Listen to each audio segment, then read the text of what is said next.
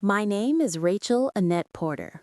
I'm 34 years old, and I'll never forget the moment I was humiliated at our family's Christmas dinner.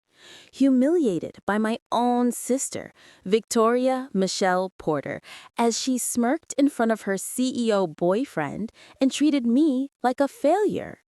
The smell of rosemary turkey and cinnamon candles filled the room as everyone laughed around the long oak table. But I sat frozen, my heart pounding after she said it. Well, Rachel doesn't have a real career. She just sort of floats around doing those little freelance things. I mean, Greg, it's almost sad when you think about it. I remember the silence. I remember the shift in Greg's eyes, that cool business leader stare. And I remember tasting blood because I bit my lips so hard to keep from crying. Before I reveal how the night ended, how Greg responded, how everything flipped, how the humiliation turned into justice, stop right now and make sure you like, subscribe, and tap the notification bell because this story gets darker, deeper, and painfully real.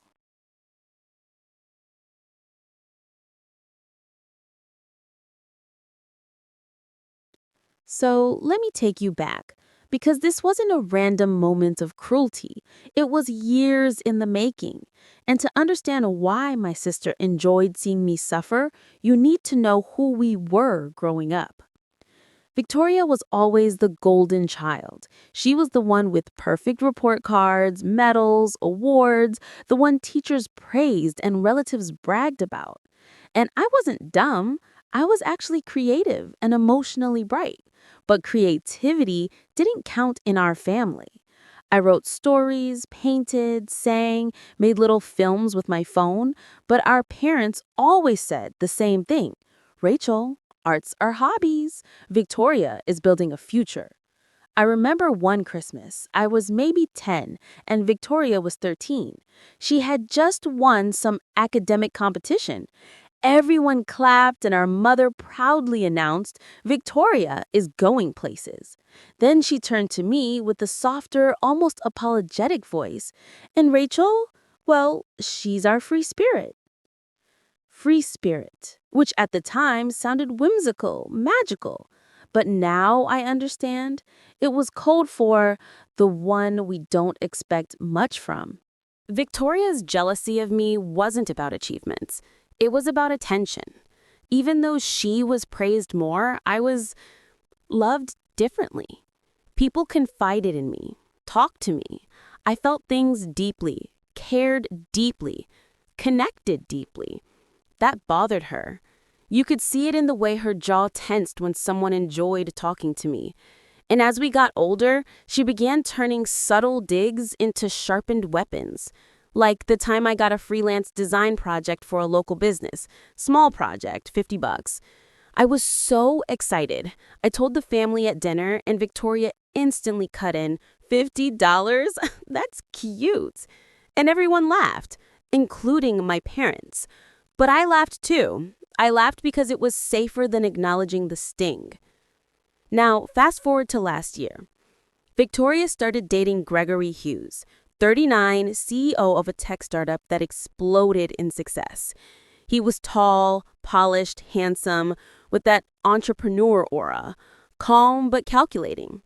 Victoria wasted no time flaunting him like a status trophy. And our parents? Oh, they adored him. I think they saw him as confirmation that Victoria had won at life.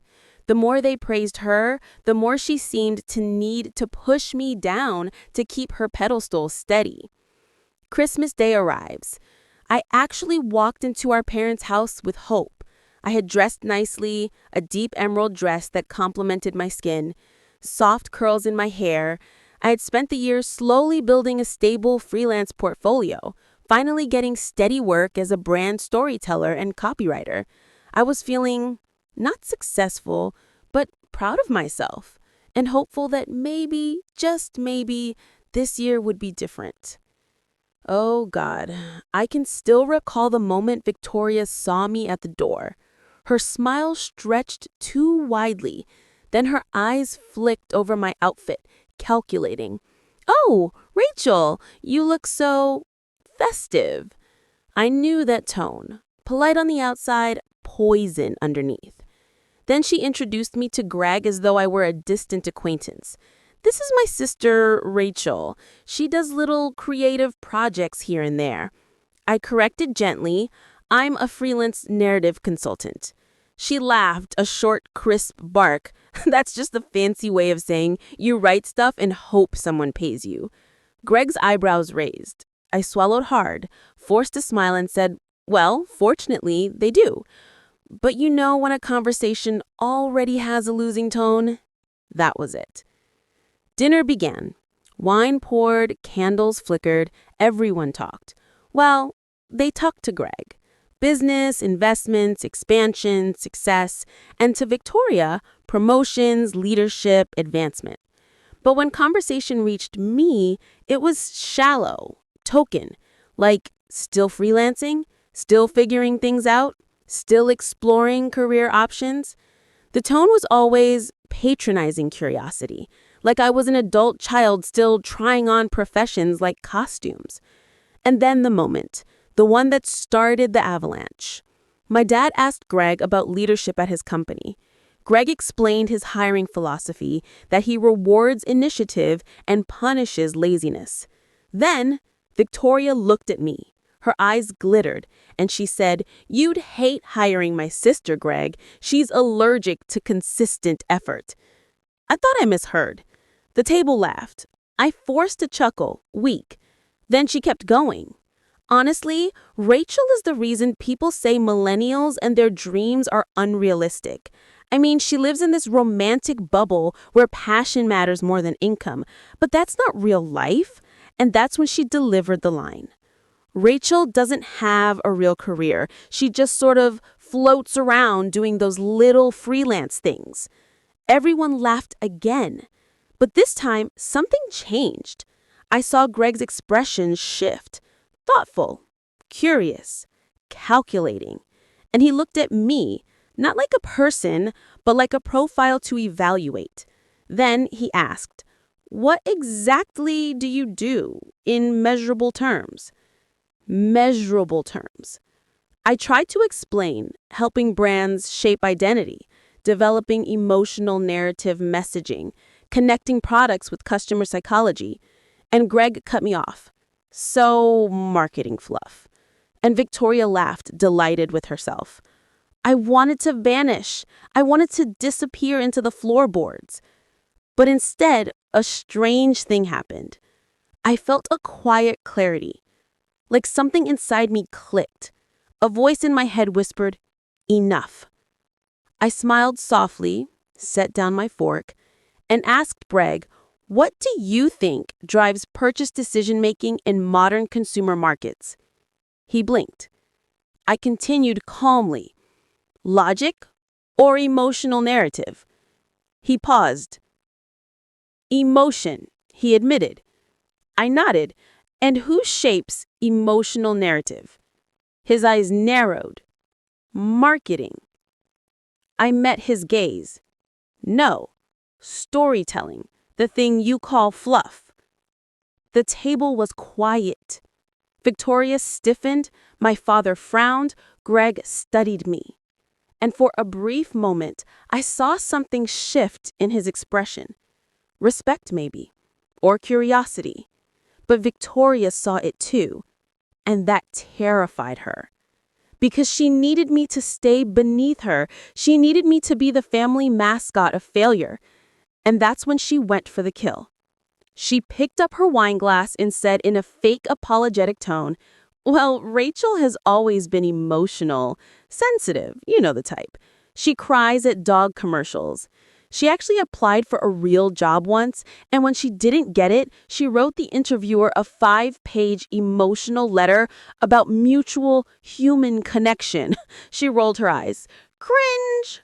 That's when I felt the tears, heat rising behind my eyes, shame curling like smoke around my throat. I said quietly, "That letter wasn't cringe, Victoria. It was human."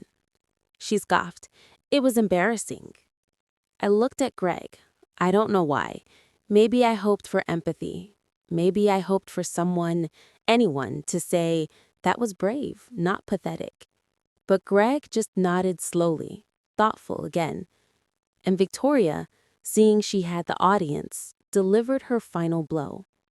Honestly, I don't know what's sadder, that Rachel still lives off unstable gigs, or that she actually believes emotional intelligence matters in the real world. That was when I broke. Heart pounding, lips trembling, and for the first time in years, I spoke truth. I looked at her and said, "You don't hate me because I lack success. You hate me because I don't need validation the way you do." The table froze. Victoria's face flushed red. She sputtered, "Excuse me?" And I continued, voice steady. "You don't mock me because you think I'm a failure. You mock me because deep down, you think I'm free." My voice cracked, but the words were strong. "You think if you stop pushing me down, even for 1 second, I might rise higher than you, and that terrifies you." Everyone stared. Victoria's breathing quickened. And Greg? He leaned back slowly, eyes fixed on her. But I wasn't finished. I turned to my parents. "You raised us to believe that worth is tied to achievement, that love is earned by success, that approval must be fought for. But I don't want to fight anymore. I want peace. And no career, no income, no trophy boyfriend is worth forfeiting humanity." I stood up, chair scraping the floor. "I'm done being your family joke." And I walked away from the table. I made it to the hallway before the tears spilled. Silent at first, then shaking. I heard murmurs behind me.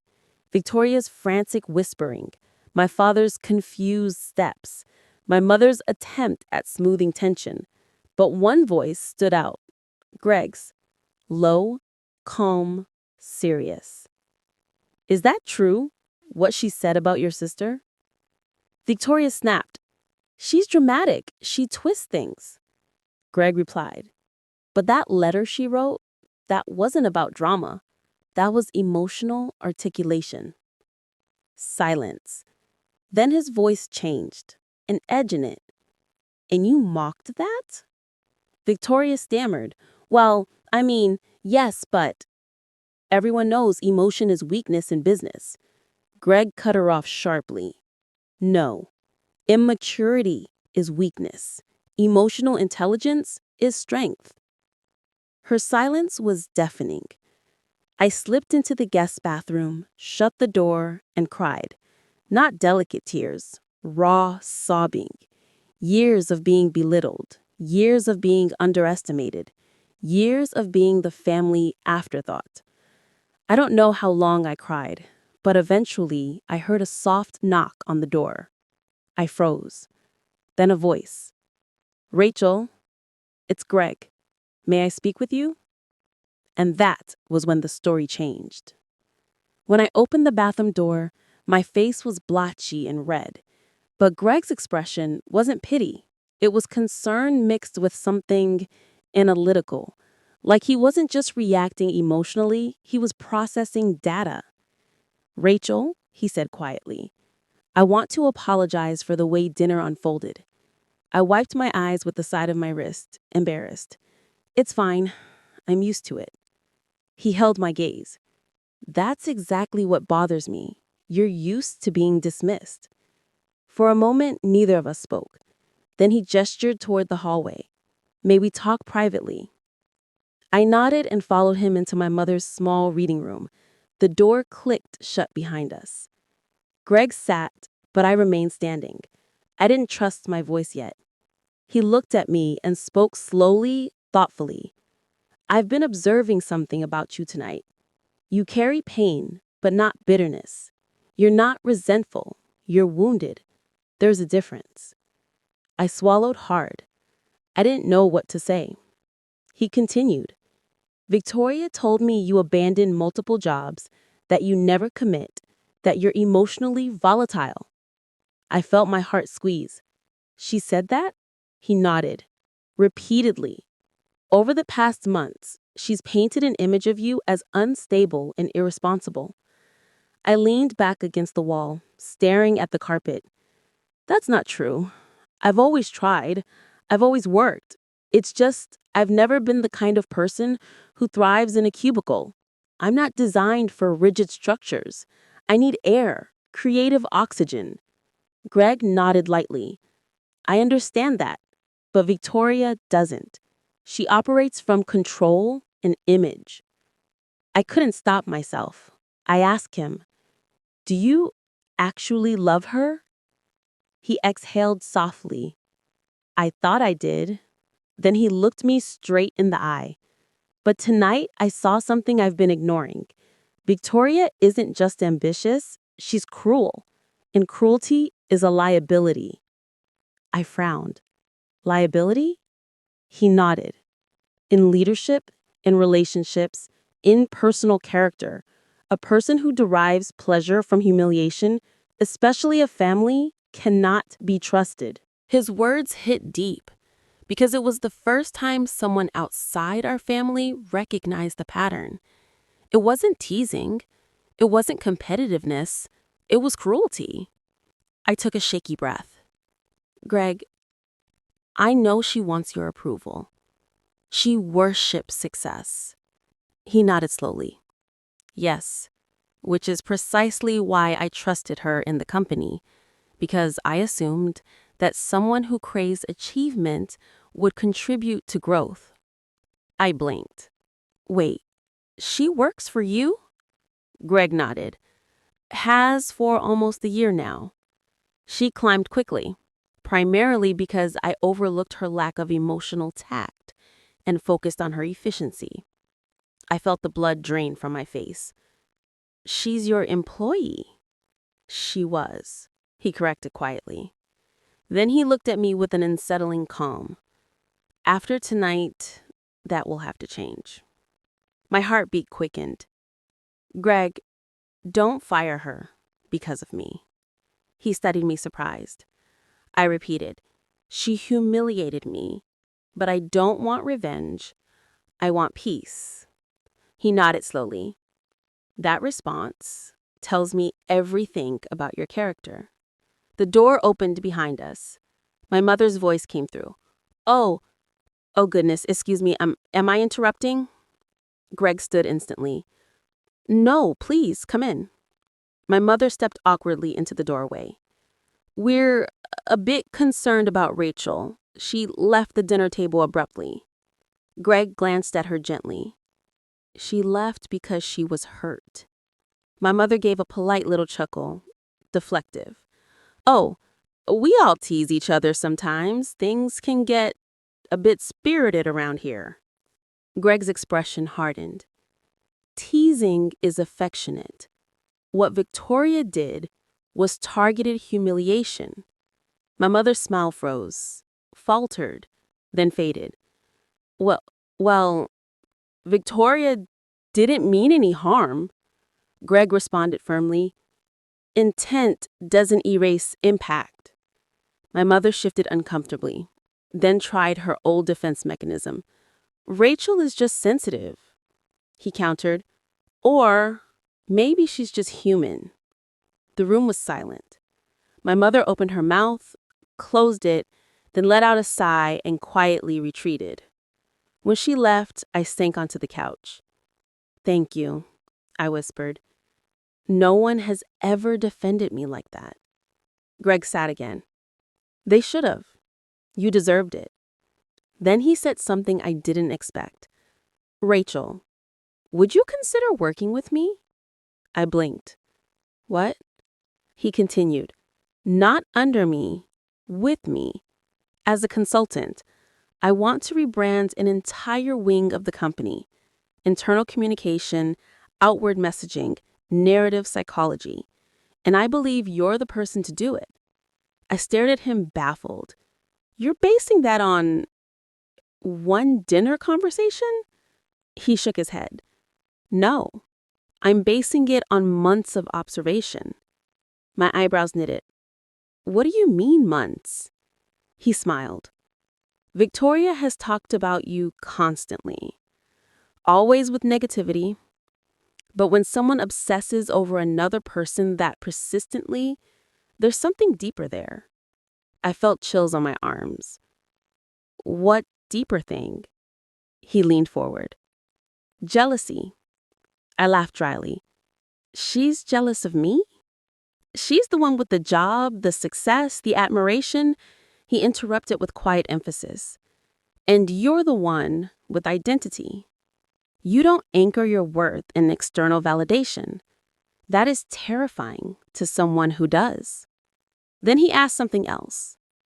Tell me honestly, do you love your sister? The question stunned me. I stared at my hands. Then I answered, yes, but not the version she performs for the world. I love the little girl I grew up with, the one who used to climb trees with me, who whispered secrets about the universe, who dreamed about being an astronaut. But somewhere along the way, she morphed into someone else, someone sharp, cold, unreachable. Greg nodded solemnly. People lose themselves when they tie their value solely to achievement. There was a quiet pause. Then he spoke again. Rachel, when you walked away from the table, Victoria mocked your reaction. She called you dramatic, hysterical, oversensitive. I winced. He continued, and then she did something that shocked even me. I looked up. His voice dropped. She told your parents that you were embarrassing and that you should have learned years ago to know your place. My stomach twisted, my fingers trembled. Your place.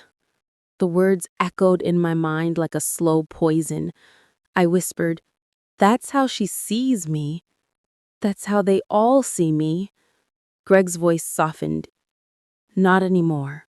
Suddenly, there was a loud voice outside the doorway, Victoria's, sharp and angry. Greg, are you seriously still talking to her? She stormed in, eyes blazing. This is ridiculous. Come back to the table. Greg didn't move. Victoria, sit down. She scoffed. I'm not sitting. We have guests who are wondering where we are, and you're bonding with my melodramatic sister. I stood. Victoria, please don't do this. She cut me off. No, I'm done tiptoeing around you. You always play the victim. You manipulate people with your emotions. You draw sympathy by crying and acting fragile. Greg interrupted sharply. Victoria, stop. But she continued, breath quickening, voice rising. I am tired of carrying this family's expectations while you drift through life like some whimsical child.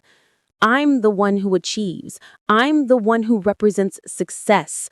I'm the one who matters. And then Greg said it. Calm, clear, final. Victoria, you're fired. The silence that followed was absolute. At first, she didn't even understand. She blinked. What? He kept his voice steady. You're fired. From the company. She laughed once, disbelieving. You're joking. He shook his head. No. Effective immediately. Her face crumpled with shock, hurt, panic. Greg, you can't fire me. We're together. He looked at her almost sadly. I thought we were, but I see now that I don't truly know you. Or worse, I do. Her breath was coming in shallow bursts. You're firing me because of her? Because she cried? Greg responded, no. I'm firing you because you lack basic human empathy. And that's not a professional environment issue. It's a character issue. Victoria stared at me with pure venom. You, you stole him from me. I recoiled. What? No, I didn't. She pointed at me like an accusation. You're always taking things from me. I work hard and you walk in with your emotional theatrics and somehow people feel sorry for you and give you things.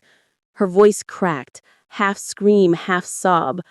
I build and you float and somehow you still win.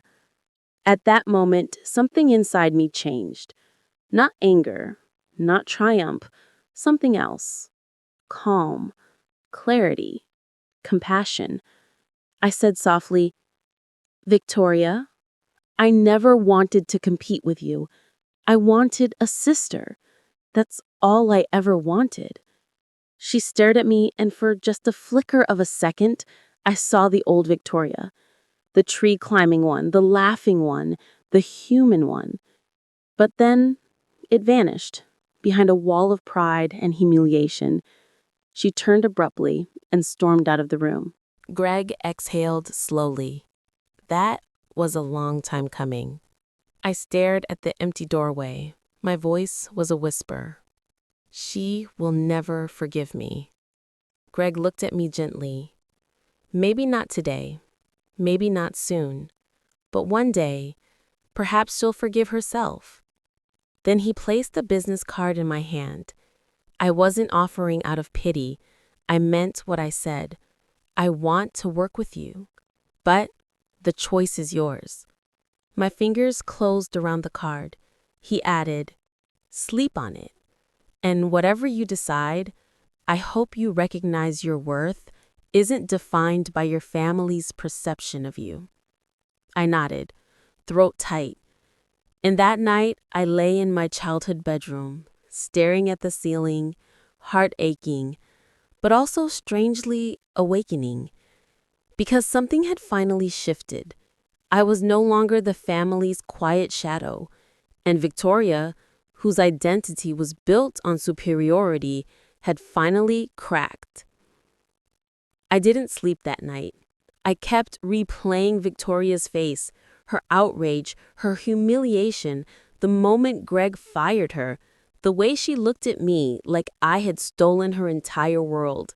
Even in the darkness of my old bedroom, I felt her resentment like a lingering shadow on the wall. My childhood posters were still pinned above the dresser, the glow-in-the-dark stars I stuck to the ceiling at age 12 still faintly visible. It was strange, being back in this room. It felt like stepping into the mind of a younger version of myself, someone I thought I had outgrown, but apparently never stopped being in my family's eyes. As the early morning sun crept through the curtains, I heard soft taps at my door. 3 gentle knocks. My mother's signal. I sat up as she cracked the door open. "Are you awake?" she whispered.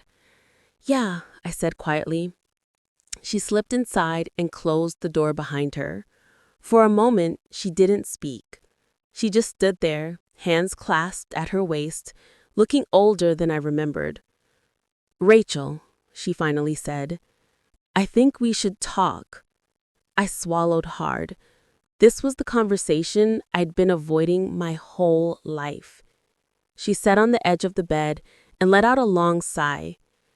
"I didn't raise you girls to be at war." I looked at her carefully. "But we've been at war for years, Mom." She flinched slightly. "Well, siblings fight." I shook my head. "No, Victoria targets me. That's different." She lowered her eyes. "She's always been intense, driven, very sensitive to competition." I frowned. Competition? I've never competed with her. My mother hesitated. Too long. Too long not to mean something deeper. "Mom," I said slowly, "what aren't you saying?" She opened her mouth, closed it, then whispered, "It isn't my place." That was enough to send a cold ripple through my chest. Whose place is it? She shook her head again, voice tight. Rachel, please don't press me. I stared at her. This is about the fired situation. She finally said, it's about everything. A knot formed in my stomach. Something heavy. Something old. Something buried. Around noon, Dad came into the kitchen where I was making tea. He stood stiffly, as if rehearsing his words. We need to talk, he said. Okay, I answered warily. He leaned against the counter. Greg called me this morning. My chest tightened. What did he say? Dad rubbed the bridge of his nose. He explained what happened. He told me he fired Victoria. I braced myself for anger, for disappointment, for blame. Instead, Dad surprised me. It's not your fault. I blinked at him. What? He nodded. Victoria has been struggling in ways she hasn't shown us. I felt heat rise to my face. Dad, she hasn't been struggling. She's been cruel. Cruelty, he said quietly, is often a symptom. I stared at him. Symptom of what? He didn't answer. Instead, he walked out of the kitchen, leaving me with more questions than clarity. It was like everyone knew a secret but me. Later that afternoon, I needed air. I couldn't stay in that tight house with unspoken tension pressing against the walls. So I grabbed my coat and stepped outside. The winter air bit my cheeks as I walked down the sidewalk towards a small park at the end of the street. The bare trees rattled softly in the wind like brittle bones. Families were out walking dogs, kids tossed snow in sloppy piles. Everything looked normal, but my world felt anything but. I sat on a bench, gripping the cold metal seat, and tried to steady my thoughts. Then I heard fast footsteps approaching. Victoria. Her eyes were swollen, her nose red, her posture tight with fury and humiliation. We need to talk, she snapped. I stiffened. Victoria, not like this. No, she hissed. We're doing this now. She stood in front of me, arms folded, breath trembling. You ruined everything. I stared at her. Victoria, you humiliated me in front of everyone. Why are you blaming me? Her eyes narrowed. Because you always ruin things for me. Name one thing I ruined, I said, voice low. She stepped closer, anger radiating off her like heat. You ruined my relationship. You ruined my job. You ruined my reputation with Greg. I stood up. Greg made his own decisions. I didn't ask him to fire you. She laughed bitterly. No, you didn't have to ask, Rachel. You walked in there with your gentle voice and your hurt eyes and your poor me charm like you always do. I stared at her, stunned. She continued, I worked for years to build myself into someone worth admiring. And you just exist. And somehow your existence makes people want to take care of you. I shook my head. Victoria, that's unfair. She stabbed a finger toward my chest.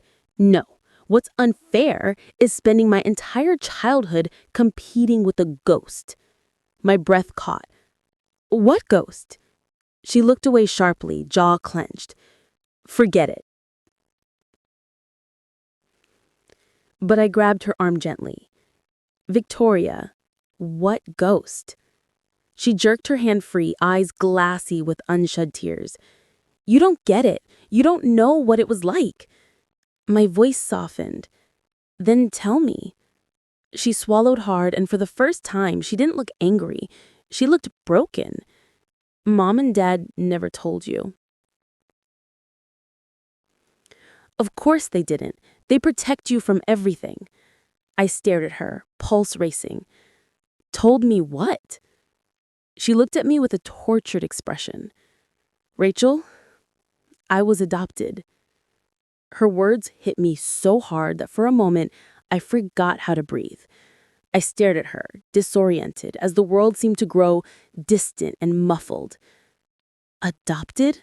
I repeated, barely audible. She nodded, tears spilling now. They adopted me when I was 7 months old. I wasn't theirs biologically. You were. And from the moment you were born, they adored you. You were the miracle baby, the golden child.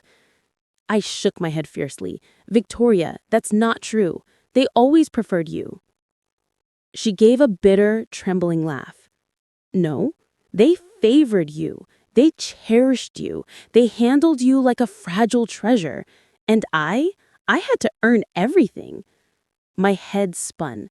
Why didn't anyone tell me? She wiped her cheeks with the back of her hand. Because Mom thought you would treat me differently, and Dad thought it would create unnecessary distance. So instead, I spent my entire life trying to prove I belonged. My stomach twisted painfully. Memories flashed through my mind, childhood moments when Mom praised Victoria's achievements. Dad bragged about her grades, the constant pressure on her to perform. I always assumed she thrived under it. I never imagined it came from fear. Victoria, I whispered, voice breaking. She shook her head. And then you came along with your softness and your dreams and your flower drawings, and suddenly, no matter how much I achieved, it never felt like enough. Her voice cracked. Because you didn't have to try. You were theirs by default. Tears blurred my vision. Victoria, if I'd known, she snapped. You couldn't have changed anything. They wired us this way. She turned away, hugging herself tightly. When Greg hired me, I thought, finally, something that was mine, something I earned, something that made me feel legitimate. Her voice lowered to a whisper. And then he looked at you like he saw something in you that he never saw in me, and it felt like history repeating itself. Again. I felt my heart crumble. I stepped toward her slowly. Victoria, I never wanted your life. I never wanted your achievements or your spotlight. I only ever wanted a sister. She squeezed her eyes shut. I didn't know how to be your sister. I only knew how to compete with you. Her voice softened painfully. I was scared that if I wasn't the best, they'd regret choosing me. My breath hitched. Victoria, they love you. She looked at me, wounded. Do they? Because when Greg fired me, Dad's first concern wasn't my humiliation. It was how Rachel is handling things. Her voice broke. It's always been you. I shook my head desperately. No, I swear, Victoria, I always thought they loved you more. We stared at each other, two women raised in the same home but living completely different emotional realities, each convinced that the other was the favored one. For the first time in my entire life, we were finally telling the truth. Just when the tension softened, her phone buzzed. She glanced at the screen and her face collapsed. No, no, no, no. What is it? Her hand shook as she showed me the message. Email from HR. Termination confirmed. Access revoked. Badge deactivated. She stumbled backward onto the bench, breath quickening. He actually did it. Rachel, I don't have a job. I sat beside her. Victoria. But then she said the words that froze my blood. I think Greg was planning to fire me even before last night. I turned to look at her. What? She nodded shakily. There were signs. Meetings I wasn't invited to anymore. Projects shifting to other teams. He was pulling away, emotionally, professionally. And I think he fired me in front of you because he wanted you to see it. My heart jolted with confusion. Why would he want that? Her voice cracked. Because he's not done with you. I frowned. What do you mean? She swallowed hard. Rachel, I think Greg is falling for you. Before I could respond, before I could even process those words, someone called my name from behind us. I turned. My mother, standing at the edge of the park, face pale, eyes filled with fear. Girls, she said breathlessly. Come home, now. My chest tightened. Mom, what happened? She shook her head. It's your father. He collapsed. The world snapped into chaos. I don't remember leaving that room. I don't remember who spoke to me or who avoided me. All I remember is the feeling, that warm burning behind my eyes as if tears were boiling instead of falling. I walked out of my parents' house into the cold, late-night air and breathed like someone who had been underwater for too long. The moon was weak, the stars were quiet, and for a long time I stood beside my car, holding the handle but unable to open the door. I kept hearing the echoes of what just happened, the moment Greg exposed her lies, the moment my parents turned silent, the moment Victoria's voice went from arrogance to desperation. But beneath the shock, beneath the satisfaction, beneath even the relief, was exhaustion. Not the kind you sleep off, the kind you feel in your bones, built from years of holding the smaller end of every emotional rope. The next morning, I woke up to a flood of missed calls. My mother, my father, my aunt, my cousins, and at the bottom, Samantha. One voicemail from her. I stared at it for a long time before pressing play. Her voice came out timid, not the sharp, confident tone she always used. Please, I know I messed up. I didn't mean to hurt you. I was scared, okay? I was jealous. I didn't know how to handle it. Please call me back. That was all. Not an apology, just a panic. I didn't reply. Not yet. I needed to breathe before I spoke to anyone again. That afternoon, I met Adam at a small cafe near the waterfront. He was already seated, looking out the window when I walked in. When he turned toward me, he gave a slow, sympathetic smile, not pitying, just acknowledging. Hey, Olivia. His voice was soft. I sat across from him and ordered a chamomile tea because my throat still felt bruised from holding back emotions. He didn't start with the drama, didn't ask how I felt. Instead, he asked, "How did you sleep?" It was such a normal, human question that it almost undid me. Not well, I admitted. He nodded. Yeah, me neither. For a moment, we sat in silence, watching the street traffic.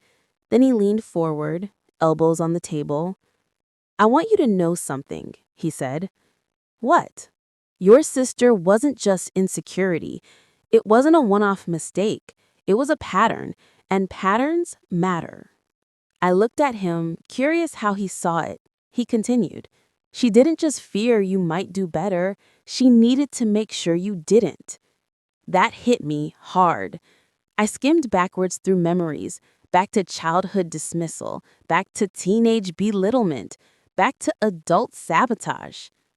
She was never competing with the world of people, Greg continued. Just you. Hearing it phrased that way gave shape to something I had always just felt but never named. It clicked like a puzzle piece sliding into place. I told him how it always seemed that Samantha needed to prove something, how she would criticize my clothes, my career, my apartment, even the way I spoke, how she performed confidence rather than felt it. Greg said something I would never forget. Confidence doesn't compete. Only insecurity does. We talked for over an hour about family roles, sibling wounds, parental bias. Then I shifted. You didn't humiliate her, I told Adam. You told the truth. He shook his head. I didn't want it to happen that way, but I also couldn't let her rewrite reality at your expense. That was when I realized there are people who watch injustice, and there are people who interrupt it. When I finally returned home, my parents were waiting at my place. They'd used the spare key. They were sitting on my couch like two children caught doing something wrong. My mother stood first. Olivia, can we talk? I let out a slow breath. Yes, but calmly. We all sat. They explained how they had always assumed Victoria needed more attention. She was the younger one, the charismatic one, the socially fragile one. They believed I was stronger, and to their thinking, strength didn't need protection. We didn't realize we were neglecting you, my father said quietly. We thought we were balancing. That word, balancing, almost made me laugh. You weren't balancing, you were compensating, and you compensated in the wrong direction. My mother began to cry, not the dramatic sobbing of guilt, but the quiet kind that comes with recognition. We're sorry, she said. We should have seen it sooner. We should have listened to you. I didn't dismiss their apology. I didn't minimize it. But I didn't soothe them either. That's something I had always done, making others comfortable while I stayed uncomfortable. This time, I simply nodded. The next day, Victoria showed up at my door. I hesitated before opening it. When I finally did, she looked smaller. Not physically, but energetically. No makeup, hoodie, messy hair, red eyes. She didn't try to walk inside. She just stood there. I lost my job, she said blankly. Yeah, I replied. Her lip quivered. Do you hate me? I didn't say yes. I didn't say no. I answered with honesty. I don't hate you, but I don't trust you. That cracked her. Tears spilled. I just wanted to, but I stopped her with a raised hand. Victoria, this isn't about what you wanted. It's about what you did, again and again. She wiped her cheeks. I always thought you were the lucky one, she whispered. I stared at her stunned. Lucky? I echoed. You were the one the family adored, the one everyone praised, the one people gravitated toward. She shook her head fiercely. You don't understand. They loved me because I was seen as delicate, but they respected you. They believed you would become someone meaningful. That terrified me because deep down, I didn't believe I would. Then I saw it, the root. Not jealousy of my achievements, but fear of her own inadequacy. She didn't resent who I was. She resented who she believed she wasn't. For years, I had carried the pain of being underestimated, but she had carried the dread of being overestimated. Still, her fear didn't excuse her cruelty. You hurt me, I said finally, not just that night, for years. She nodded in acknowledgement, tears running freely. I know. I'm sorry. I'm really, truly sorry. There was sincerity there, but sincerity isn't restoration. This wasn't a switch to flip. This was a process. I told her, I'm not ready for closeness, but I'm open to rebuilding slowly, with honesty and boundaries. She accepted that with a trembling nod. After she left, I didn't collapse into tears the way I expected. Instead, I experienced something quieter, like an exhale, like a heavy coat sliding off my shoulders. In the following weeks, I started therapy, not because something was broken, but because something was healing and I wanted to support that healing consciously. My therapist helped me unpack years of suppressed resentment and self-abandonment. She helped me reframe my worth away from comparison toward identity. She said something I had never considered. You didn't create the role of the overlooked sister, you inherited it.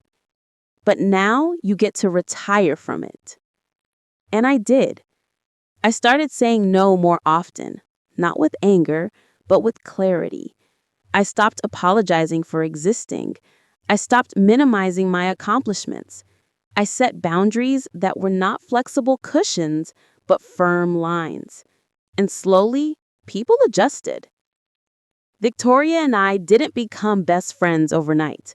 We weren't suddenly healed and whole, but she checked in occasionally, not to pry, not to guilt trip, not to perform remorse, but simply to update me on her life honestly. She eventually found another job, one far less glamorous, but one she earned fairly. And maybe that was exactly what she needed. a foundation built from merit instead of performance. As for Greg, we stayed in contact. Nothing romantic, just respectful, warm communication. One evening, months later, we met again for a walk. At some point, he said, "You know, that night changed more than just your relationship with your sister." I asked him what he meant. He said, "It showed you your own voice. And once someone finds their voice, they don't lose it again." I smiled at that because he was right.